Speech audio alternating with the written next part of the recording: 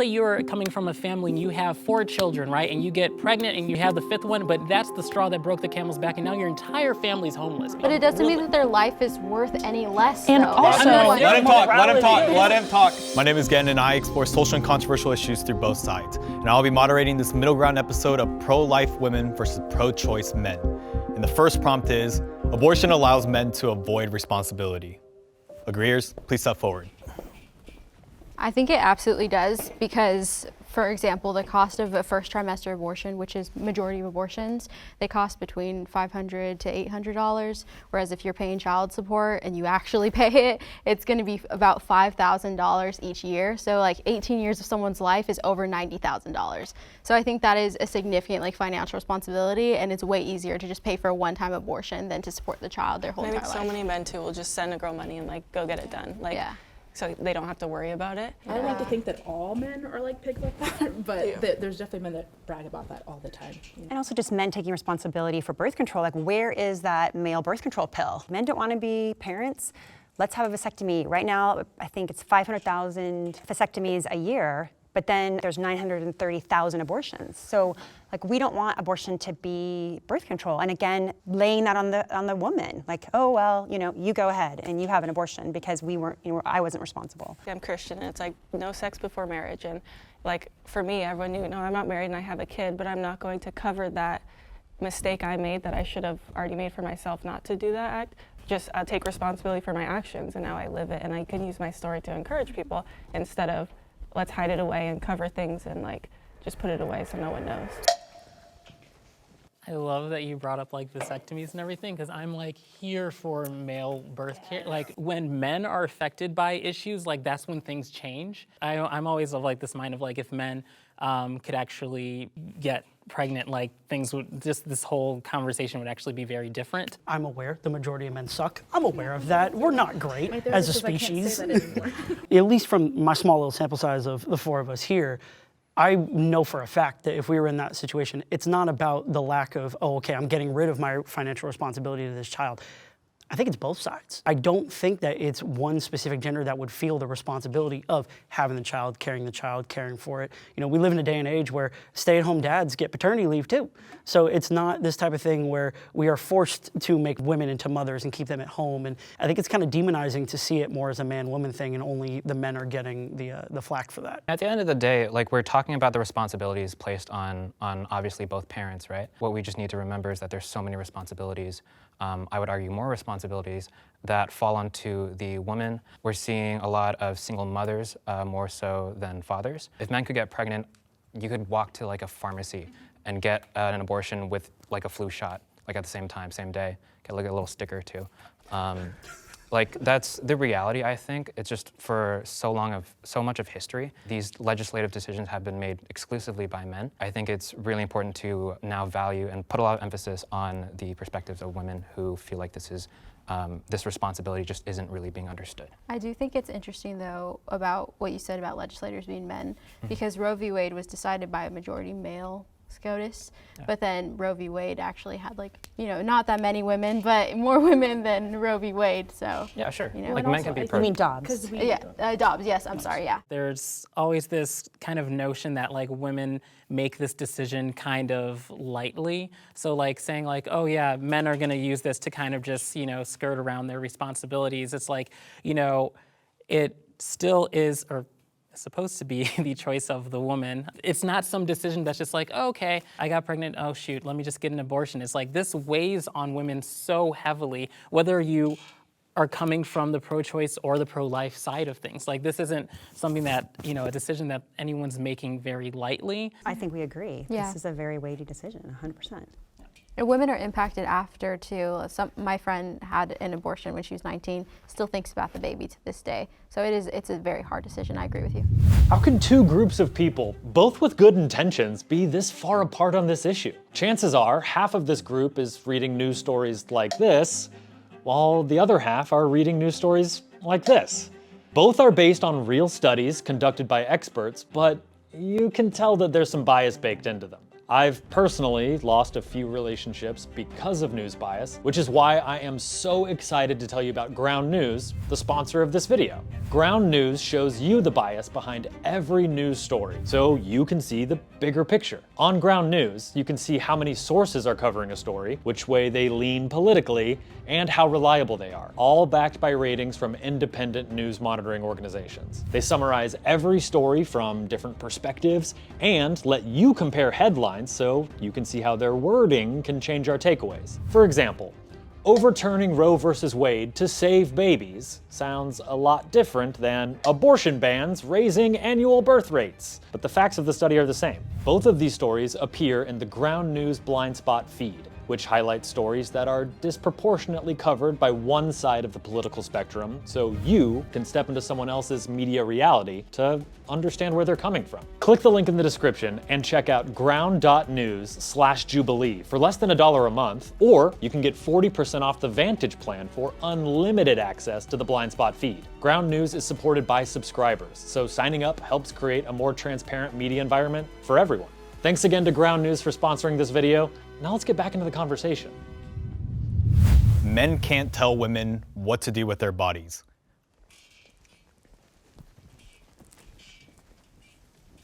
No, men can't tell women what to do with their bodies, but when we're talking about abortion, there is a separate body. It's not my liver, it's not my kidney, it's a separate body.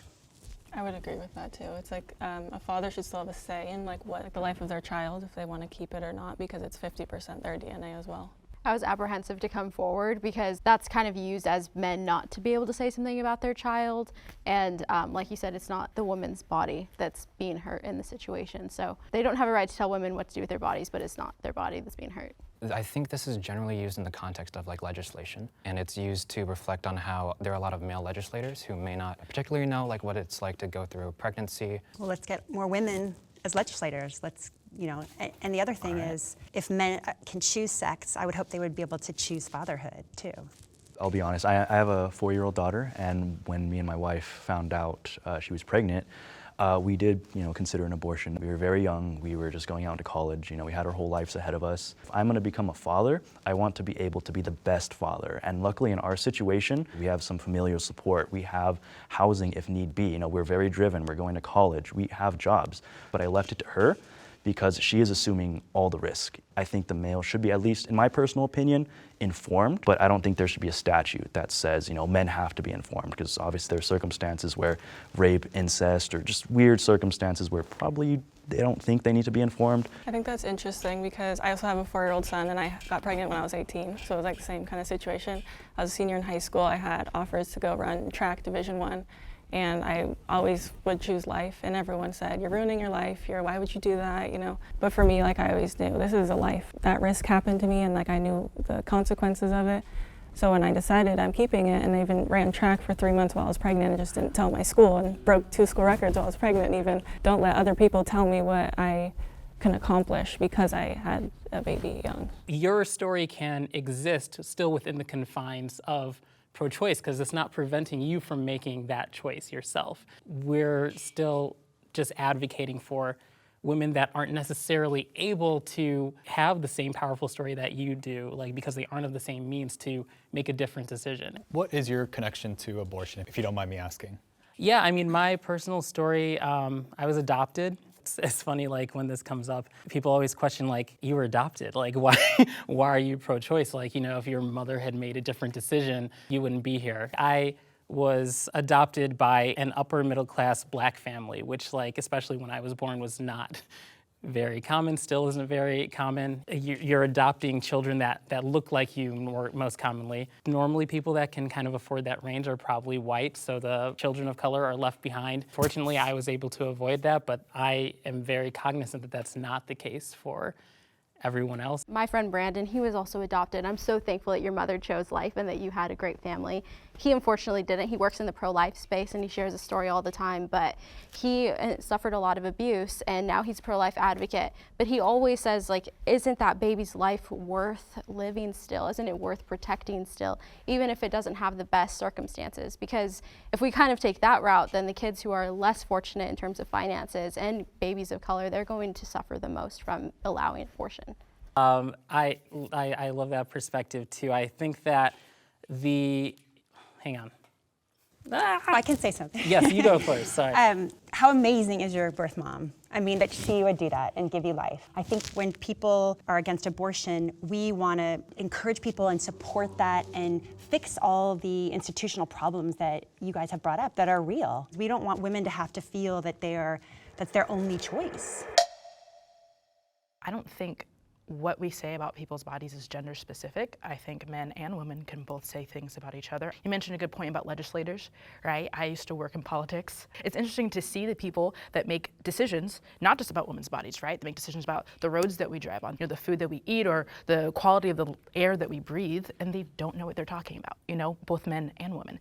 So I don't really think that gender has anything to do with who can make decisions. I think education, compassion, empathy, those are really good tools to have. My mother, for example, she's a pro-abortion advocate, an activist. She is a woman who loves me. She's had multiple abortions in her life. I was supposed to be aborted. That was the plan until she was, I guess today you would say, like, coerced. Family and friends brought her to church and they're like, think about this, And she decided to keep me, right? And if I'm correct, you're also a Democrat, is that correct? I am, yeah. So you're a pro-life Democrat Yeah. who is also a woman. And we're out there. Being a Democrat in that perspective, I believe in social programs, right? I believe in government assistance. Maybe a lot of people disagree with me, but there's a lot of good social programs out there, right? Some of them need more work, but we have WIC, right? We have just these programs that could use more funneling. Adoption is messy.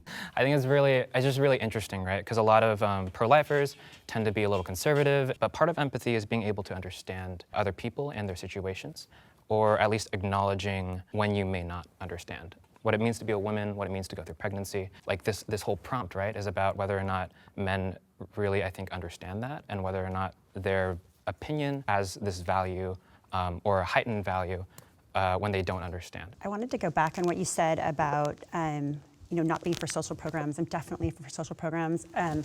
One thing is if you are against abortion, you need to be concerned about the baby after it's born, and that's one thing that's always said to people who are against abortion. And I volunteer at a shelter for pregnant women who are fleeing domestic violence. I know so many people who have fostered and adopted, and I do agree that we need to donate our time and our resources to that cause if we are going to be against abortion. I totally agree with you. You can be a feminist and pro-life. Agreeers? I love this one because the definition of feminism is one who espouses equal social, political, and economic opportunity for women. And there is no litmus test for that. And I am totally for seeing more women CEOs, seeing a female president. And if you study history, the founders of feminism, Elizabeth Cady Stanton and Susan B. Anthony, were pro-life. And even the first female doctor, Elizabeth Blackwell, said that if you terminate an embryo, you're lacking strength and dignity. And so 100% you can be a feminist and be pro-life. I think something so amazing about women is that we can reproduce and our bodies do all of these things. Like me going through the pregnancy process and just seeing how my body just prepared to give life. Even though I was young, I had no idea what I was doing. My son was the first diaper I changed, first baby I held. I didn't know what I was doing, but the motherly instincts just come, and I think that's something so important about being a woman, and even after recovering and now competing again in sports and stuff, it's just like our bodies were made for that, and I think it's just more empowering to know as women that that's what our bodies were created to do, and we can use that, and it's just such a powerful thing for us. I think a lot of people, they'll say that, this is something that people say that we need abortion because it levels the playing field, because children are actually what's setting women back, the fact that we have to be home and be mothers, and I think, this is 2023, that's not the case anymore. Women can be athletes and be mothers, and they can look at Serena Williams, right? I could say a bunch of examples, but I think it's pretty anti-feminist to think that you can't value life and also want to be, a successful woman, whatever that looks like for you. I saw a video of Adele getting an award, and she was like, so many people told me I wouldn't be able to do it, I wouldn't be able to win awards after having my child, and now she's absolutely crushing it. So I think there's so many women who are successful, and you know, they didn't need abortion, they didn't need to murder their child to be successful. I feel like one issue doesn't make you not a feminist, right? I feel like you're a great example of this. You can fight for women's rights, women equity, you know, more inclusion for women, and I feel like you're the quintessential example. You can fight for it. No, really, like, you're what I think of when I think of you can be feminist and be pro-life. That's almost saying that, like, you know, if you're pro-choice, you're not valuing life in a way. The conversation is never about the mother's needs, what's going to happen to her. It's just hard for me to reconcile someone being feminist while saying, like, I don't want you to have bodily autonomy in that way. Correct me if I'm wrong, but you came up for the prompt where it was men can't tell women what to do with their bodies. But then I find it kind of ironic that, like, there's men who tell women you can't be a feminist and be pro-life. But with that previous prompt, I'm so sorry to cut you off. With that previous prompt, telling them that, like, you can do whatever you want, like giving them the authority to do what they want with their bodies. But Isn't part of those options the ability to, you know, have that decision to be pro-choice or pro-life? Isn't that part of giving women the option, though, is empowering them to make their own decisions? Right, exactly. I think there's like a big misrepresentation of the pro-choice side. The idea that pro-choice people don't support mothers, I think that's just inaccurate. If women find power in being mothers, that's awesome, that's great. Well, let's talk about the women's movement, because I think what I'm concerned about with the women's movement is this trend toward celebrating abortion. It used to be safe, legal, and rare, and we all could agree on rare. Let's do all we can to make this rare. I want to see the focus on the women's movement be toward women succeeding professionally, and this is becoming, you know, let's celebrate abortion as the feminist movement, and that's just the wrong direction. I agree with you. I was at the Supreme Court when Roe v. Wade got overturned, and I saw women standing on like these like elevated spaces taking abortion pills and like people clapping for them, and that was just, it was really heartbreaking to see. This prompt was a little more difficult for me just because I don't know if I agree with either side here. Feminism is an incredible movement, and I love that the fight is to give women agency and to really make them courageous on any choice that they do, whether that be pro-life or pro-choice. They get that agency to do it. It is strong and courageous to have the baby to full term, but it's also strong and courageous to make the choice on your own of, you know what, I'm not gonna bring another life into this world if I can't care for it correctly, if it's gonna struggle, if it's gonna have all this stuff. What you had said about, you know, the women at the Supreme Court taking the abortion pills on the steps, I don't see that as negative. I think those are just powerful moments that are people standing up to what they deem authority figures. But it's not powerful to murder your child. Like, I think it's powerful that women are empowered to keep their child. Like, we've progressed so much as a society. I think it's crazy to tell women that, like, we can't support the baby and the mother. Like, we can do both, and we should put all of our... But under the current system, we can't. But we should. Like, don't you think that saying, oh, well, let's just allow abortion, like, I feel like that's a cop-out. Like, we should push to do both. But the legislatures you support aren't doing that. That's the problem. We can you can say one thing, you can say this all day, anything. but the problem is that's not happening. The fact that abortions happen as much as they do speaks a lot about what resources we have as a country for people who are pregnant and for people who are expecting.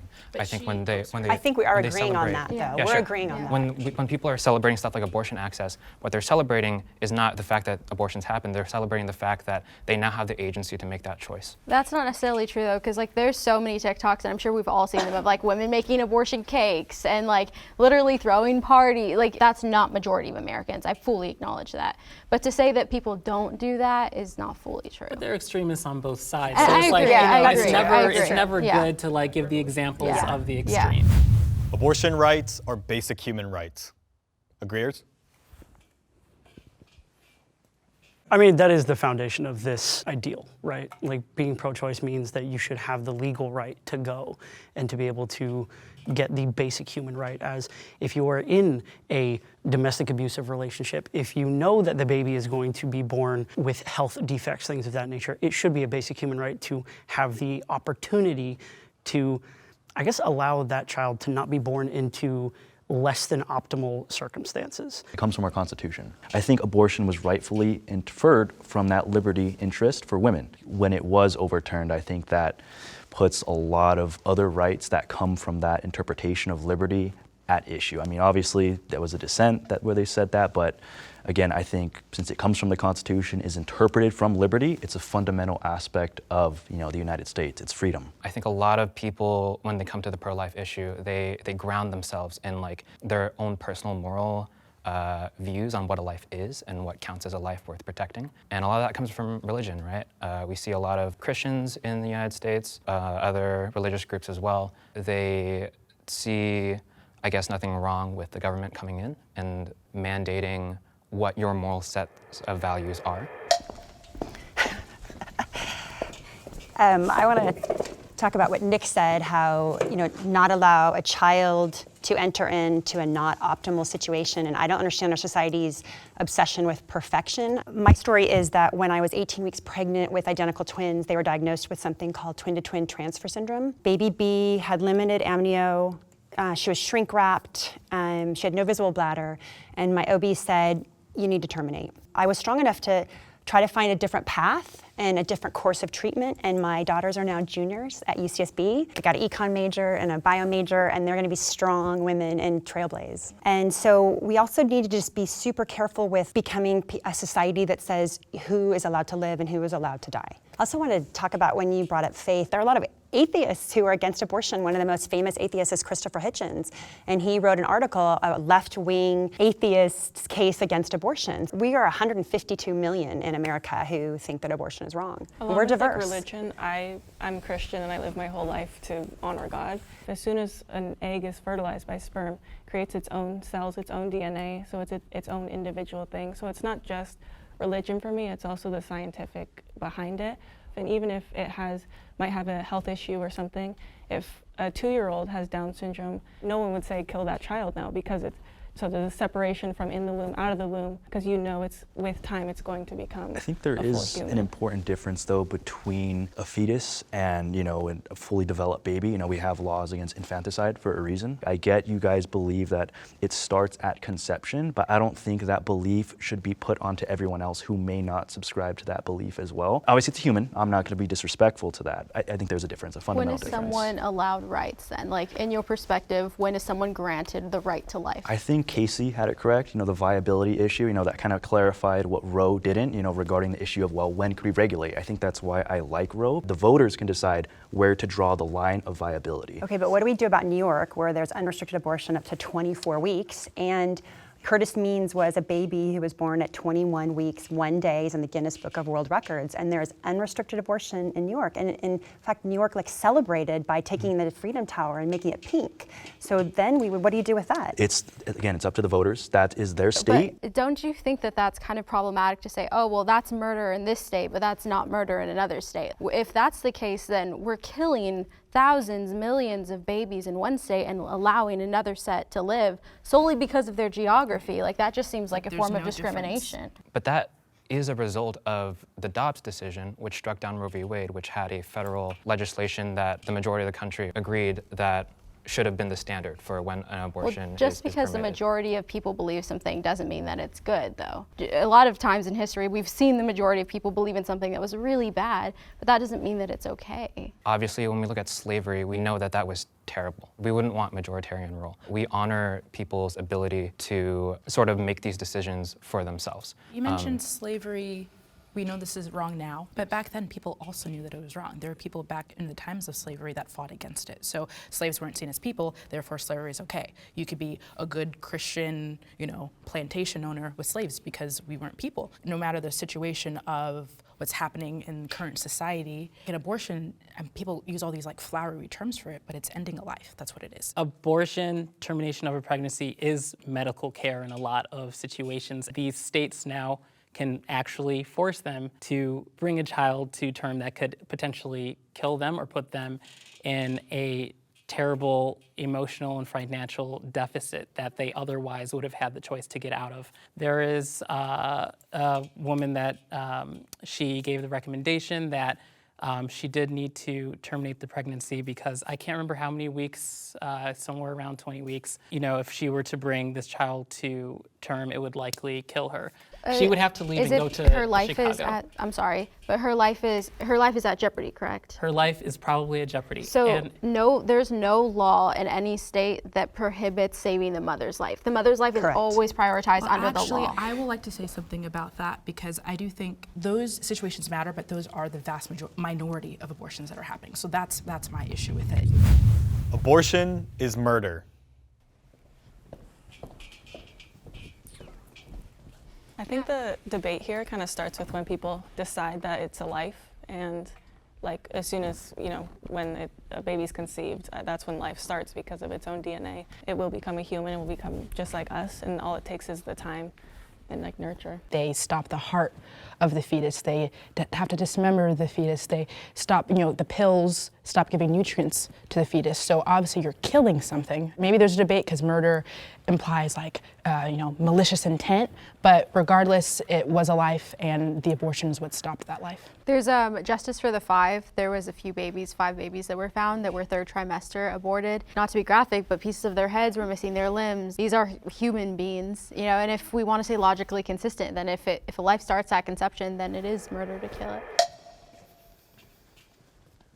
I think conception's a really early place to put the life beginning. I think it has the potential to be a human being. Obviously it's living, but it's alive when it's inside of me. Before we know how a baby is made. It is alive inside of me. So, and it has its own, it's half the DNA.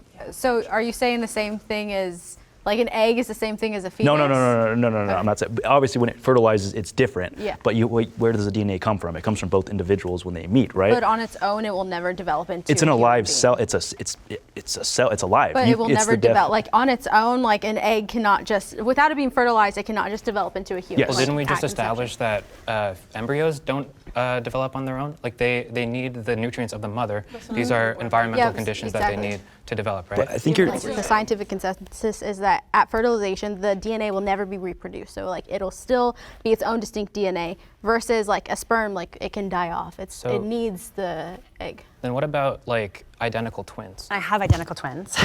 So they are genetically totally similar, but because environmentally they're different, that in the environment is that they grow up in, and that's when they start to change and become different. I guess the point I'm just trying to make is I think the uniqueness of your DNA is a weird, it feels arbitrary to me to draw the line there. Like that's the only qualifier. So where would you like to draw the line? Point of viability. Point of viability? Viability so then are is you against the so- New York bill that's In up my to 24 weeks? opinion, I'm not a voter. I you know. want your opinion. Okay, I would say somewhere in, I'd say early second trimester what is I week? think Give it's me a week. acceptable. 4, 8, 12, 16 to 20, I think personally is So all then right. you're okay, you want to say no abortions after 20 weeks. You're okay with that? That's, I mean, would it, if it was on the ballot and would I vote for it? Yeah. Yes, because I'd say still it gives, the woman ample opportunity to choose before it is fully developed in this past the 3rd trimester. No, that's infanticide, right? I think that is personally way too So early. do you think someone who has an abortion after 20 weeks, they are doing something that's immoral? Not immoral. I would say I personally wouldn't do it. Again, I'm not going to impose my morality on anyone else. Everyone has come to their I got own that. I just conclusion. want your opinion. I want to I know. personally don't. Because- I'll say that I personally In a don't think sense. Wait, let's let him answer that. Again, I wouldn't do it. I think it's Right. immoral in We got my that. opinion. In my opinion. We got that. But it's very subjective, this topic. And I think that's why you need to give individuals ample time, because you can look at this from 50 You're not different answering the angles. question. What? Do you think it's immoral? I told you, yes, it was immoral, in my Okay, opinion. okay, good. But it's Yeah. not based on any religion. It's just based on how, an arbitrary line. Even my opinion is arbitrary. If you show me information otherwise, I maybe would change Okay, that. so if you believe that it is immoral, then do you want a voice to be able to say? I'm not talking about legislation. I'm just talking about a voice. Do you want a voice? That's fine. You should be able to have your voice. It's Yeah. America. You should be able to So do argue. you feel a responsibility to have a voice and say, hey, after 20 weeks, it's this immoral? If you want, yeah, go for Or it. do you I personally? don't. I wouldn't personally go out in the streets and say it just because that's, in California, we already have a law that's it is where it is. I'm fine with that. If you want to get it changed, go for it. But I'm fine. Why with don't it. you I feel a personally don't think that it is responsibility? immoral at 20 weeks. This whole conversation is the kind of thing that villainizes the mother and makes them feel this propaganda of oh, I'm now a murderer or whatever, and that makes them not want to have any terminations regardless of what that's going to do for their futures or anything like that, or their own potential health. But that's also not completely true because doctors, and listen, my family is in the medical field. I have a lot of friends that are doctors. doctors in the medical field. I'm not discrediting medicine. So if my doctor's telling me, hey, I think you should do this, I'm going to be intimidated. This person went to medical school, right? These are the things that, so women are also, I don't want to say coerced, but they are not always in control when they decide to get an abortion. Right, sure, nobody should But be that's what we're pressured into an fighting for. abortion. We're fighting for the whole idea that even if you are under duress, if you are threatened, if you feel as though you're being coerced into doing something that you don't want to do, you should still have the right to choose, even if you've got 17 outside things telling you, don't get an abortion. Or but I also you don't still know have how the choice. authentic that is, because pro-choice advocates and pro-abortion advocates mostly are only for making sure the woman has a choice to terminate the pregnancy. But where are the pro-choice advocates after that? See, I think that's where you're wrong, actually. That's totally where you're wrong. Like the whole point of the choice is like you can go ahead and make that decision to keep your child. Okay, but after that decision, what's happening? Who's helping me? Where are... That's what we're coming from too, though. You're forcing these children into the world, and we're like, yeah, where's the support after that? I think the problem right now is that societally there's so much pressure already for a lot of women to go through with their pregnancies, and there's a lot of pressure against them for getting abortions. And I know it's like really easy to feel like, oh, people are celebrating abortions now. You can get an abortion and feel like popular for it. I think we could all agree we would never shame someone who has an abortion. No, we and all I agree would like on to that. say that a lot of people say that about pro-life folks, that we are villainizing the mothers. If they're in that situation where they feel like they need to have an abortion, that's a tragic situation for them. I hope we're not coming off as we're saying that mothers are evil. Well, for Even if you're villainizing, even if you're that rhetoric in general does just naturally, saying that abortion is murder does villainize the mother, but it also villainizes the doctors, because, you know, if these doctors are saying like, this is the recommendation, I'm recommending that you terminate your child, and now you have legislation against that, the legislation doesn't change what is still medically necessary. Now these doctors are afraid to tell their real medical opinion to these women, which puts more women in danger of actually having some sort of terrible health crisis where they could potentially die, or something actually could happen to the child anyway, and the mother is like further jeopardized for no reason. Well, I think And the legislation is made vague for that reason, just so that doctors are a little afraid. I think there's two issues going on. There's equality, illegal, you know, something being illegal or legal, and immorality. The goal is fewer and fewer abortions. Let's work on birth control, you know. All four of you, would you say, I know you're pro-life, but are you pro-life in the sense that you believe, like in your personal life, that, you know, it's like wrong? Or would you say that there needs to be a statute that says, like, you can't get an abortion past this time? This is in like, general. So would you support a statute? Specify. Yeah, but like that's why, because there's a difference between your personal beliefs. Sorry, I was saying that in general, abortion is wrong. Okay, but do you think would you support, you know, a statute that says at this point, like let's say 6 weeks, or no, conception, that there would be a ban? Would you? I would like a world where there are no abortions, yes. Okay, so it's not your okay. In my situation, Yeah, hard disagree. I've been like a voice to a lot of young moms. Everyone has been telling them, teen moms, that don't do this, you know, just like have an abortion, then you don't have to worry about any of this. They come and like reach out to me and just like, I need someone to talk to about it that knows what I'm going through. I went through a lot going through it, and it's going to be hard, I'll be honest with you, but it's like the life that you'll create is something so unique and so special, no matter how difficult it is going through it, and I'm there to support you. Like when you do it, or if you decide not to keep a child, I'll still be here for you, because that also is something very difficult to go through. Well, I think what's really fascinating is that people were so worried about Dobbs, but according to New York Times, abortions have actually increased since Dobbs. Actually, when you look at America as a big pie, people who are against abortion is actually probably a lot bigger. So would you support the ban though at conception? Like a statutory ban, that's what, so you can, for your personal life, you can have those opinions. I'm fully there for it. Go to your communities, advocate for it. That's never gonna happen in America. How about 6 weeks? That's a real one. How about 6 weeks? You know, I'm more about let's try to get society where this isn't, where we are not having later abortions. That's what I'm worried about. Would you support it though? Would I support? Okay, yeah. What you were No, yeah. No, go press me. I want to be so compassionate toward women. I get that. So I would more, if I had a friend who had an abortion or who was contemplating it, I would try to convince them not to, but I don't think I would be for a ban. I don't know. How's that? It's really hard. It's very hard. You know, it's a very, okay, You just have to remember that you're sharing a space with a lot of people who think that these personal feelings should be applied to society as a broad. I mean, you were good. You said nothing after 20, right? So I would say like, nothing after 10. No, yeah. Well, here's the So thing. up to 10 is okay. I don't know. It's never okay. He's talking legality. He's talking legality. No, he's talking legality. It's always immoral. Wait. Hold on. He's talking legality. Let's go. Okay, so I just really quick, so you said that the number of abortions has increased, but I think it's important to look at each state because each state is so different. Yeah. So the numbers increase some places, decrease some places. It really depends on the states because the states' laws are so different. But to answer your question, to stay logically consistent, I would have to support a ban. If I believe that it is killing another human being, I would have to support a ban at conception. So to stay logically consistent, yes. And also, like, speaking of states, like, I'll just use my home state of Florida, where they publish why people get abortions as a part of the questionnaire.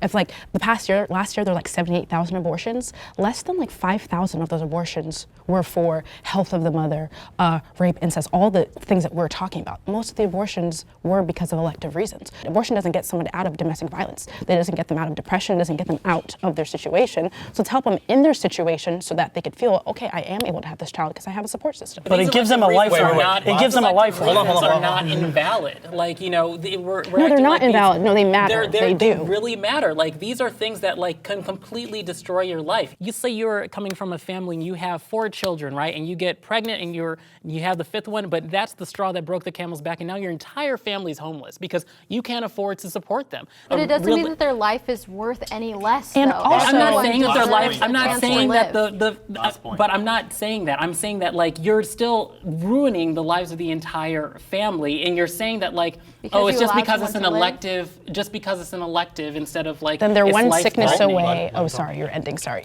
So please keep your opinions about like Morality what is life not. How is No, morality morality is so not? directive. How is Let him talk. Let him talk. morality? Let him talk. There Let is him talk. like everyone has a different moral compass. That's crazy not to say. There are some things that like, sure, the majority of people are gonna say like that's unreasonable, but morality is subjective. It just is. Like it varies from person to person. You're gonna bring this child to term no matter what. Do you? But don't force that on other So then can you women say that that about don't murder? have Can you that say that about same. murdering a I mean, grown what's the adult? Like, point oh, of my laws, morality is then? different, so It's a I gotta completely do that's different different. argument. That's It's different. a Wrapping it up completely here. different argument. Can I just Next clarify prompt. one thing? Next I'm so prompt. sorry. Okay. I just want to Last say one. that even though I'm saying after 10 weeks, I still think it's wrong, but I'm living in a civil society where we're trying to come together and find some middle ground. And that's why I'm saying that. I still think it's always wrong and not the ideal, but I'm trying to say, let's find some middle ground. That's And I don't think you can find a middle ground on like one of the hardest philosophical on. questions Let's move on to the in all of human history. Oh, that was a good little catchphrase. Okay. Women should never be shamed for having an abortion. I already said